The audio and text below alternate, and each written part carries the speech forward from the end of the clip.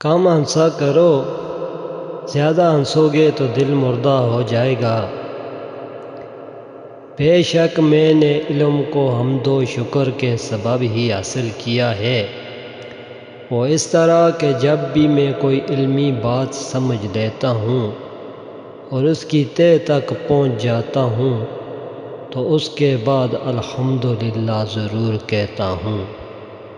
میں علم دین کے لیے 2 سال تک حضرت امام جعفر صادق رضی اللہ عنہ کی صحبت و برکت میں رہا۔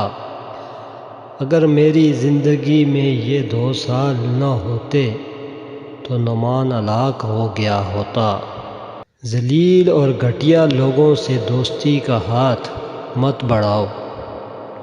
میں بخیل شخص کو عادل نہیں سمجھتا ہوں اور نہ اس کی گواہی قبول کرتا ہوں۔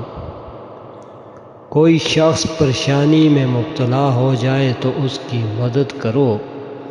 کوئی حاجت مند کسی کام آ جائے تو اپنی استطاعت کے مطابق اس کا کام کرو۔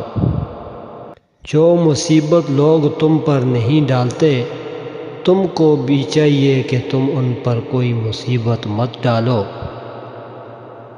کوئی تمہارے بارے غلط کہے، تم اسے اچھے الفاظ میں یاد کیا کرو۔ جہاں تک ممکن ہو لوگوں سے اچھے اخلاق سے پیش آتے رہو۔ بغیر عمل کے علم ایسے ہے جیسے بغیر روح کے جسم۔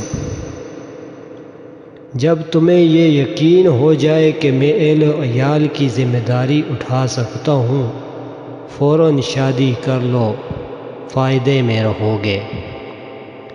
مصیبتیں گناہوں کا نتیجہ ہوا کرتی ہیں۔ کبھی ایسی چیز کی عادت مت ڈالو جو بظاہر زیبا نہ ہو۔